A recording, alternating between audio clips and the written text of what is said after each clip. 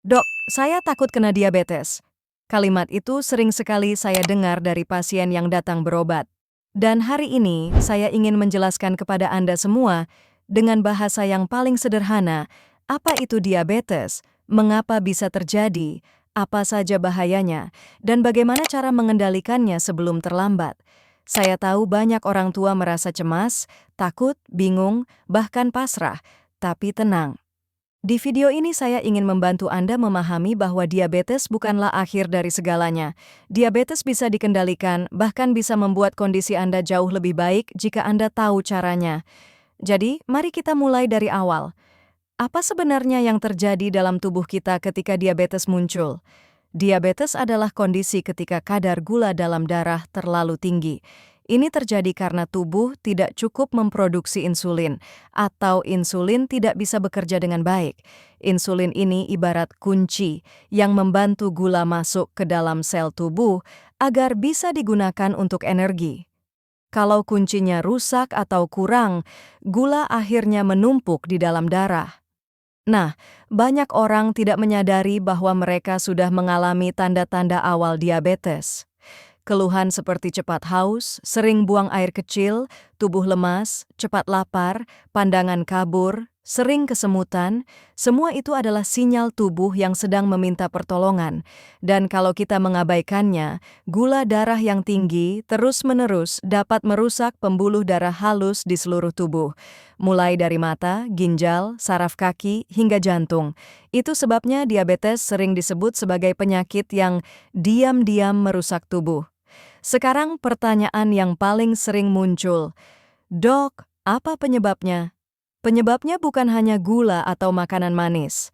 Beberapa faktor terbesar justru berasal dari gaya hidup, seperti kurang bergerak, terlalu banyak makanan berlemak dan tinggi karbohidrat, kebiasaan makan malam terlalu larut, kurang tidur, stres berkepanjangan, berat badan berlebih, serta faktor keturunan. Tetapi tenang, bukan berarti kita tidak bisa berbuat apa-apa.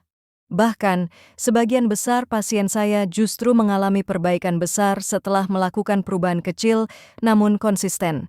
Dan sekarang saya ingin memberikan beberapa tips penting yang paling efektif berdasarkan pengalaman saya menangani pasien diabetes selama bertahun-tahun. Pertama, kurangi porsi nasi secara bertahap. Bukan berarti harus berhenti total, tapi cukup dikurangi 20-30% dulu. Gantilah sebagian dengan sayuran atau sumber serat lainnya. Kedua, perbanyak aktivitas fisik. Tidak perlu olahraga berat. Jalan kaki 20-30 menit setiap hari sudah cukup membantu menurunkan gula darah secara signifikan.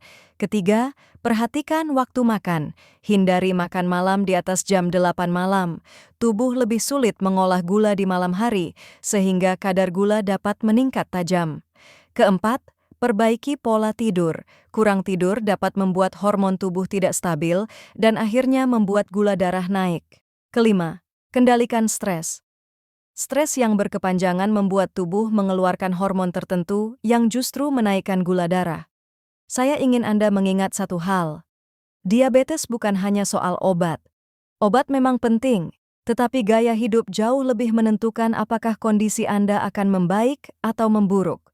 Sekarang, sebelum kita masuk ke bagian penutup, saya ingin berbagi kisah nyata dari beberapa pasien saya yang berhasil mengendalikan diabetesnya. Pasien pertama adalah seorang ibu berusia 55 tahun. Beliau datang dengan gula darah yang cukup tinggi dan sering merasa cepat lelah. Setelah saya jelaskan kondisinya, beliau mulai menerapkan pola makan yang saya sarankan dan rutin berjalan kaki setiap pagi. Dalam waktu 2 bulan, kadar gula darahnya mulai turun, tubuh beliau terasa lebih ringan, dan energinya kembali. Beliau berkata, "Dok, sekarang saya tidak takut lagi." Pasien kedua adalah seorang bapak berusia 48 tahun yang awalnya mengeluh sering kesemutan pada kaki.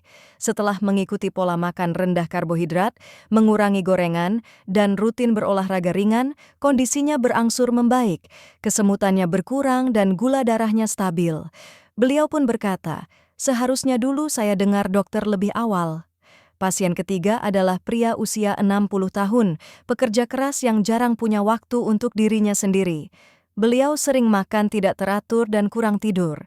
Ketika gula darahnya melonjak, ia mulai mengikuti semua tata cara yang saya berikan. Mengatur pola makan, istirahat cukup, dan rutin bergerak. Hasilnya sangat baik. Gula darahnya turun, badannya lebih bertenaga, dan ia merasa jauh lebih sehat daripada sebelumnya. Saya menceritakan kisah-kisah ini bukan untuk menakut-nakuti, melainkan untuk memberi semangat. Jika mereka bisa, Anda pun bisa. Diabetes bukan untuk ditakuti, diabetes untuk dikendalikan. Dan sebelum kita menutup video ini, saya ingin bertanya pada Anda, apa yang paling membuat Anda takut tentang diabetes? Silakan tulis di kolom komentar. Siapa tahu, pertanyaan Anda akan saya bahas di video berikutnya. Terima kasih sudah menonton, semoga Anda selalu sehat, dan ingat, perubahan kecil yang dilakukan setiap hari bisa membawa hasil besar dalam hidup Anda. Jangan lupa subscribe, like, dan tinggalkan komentar ya.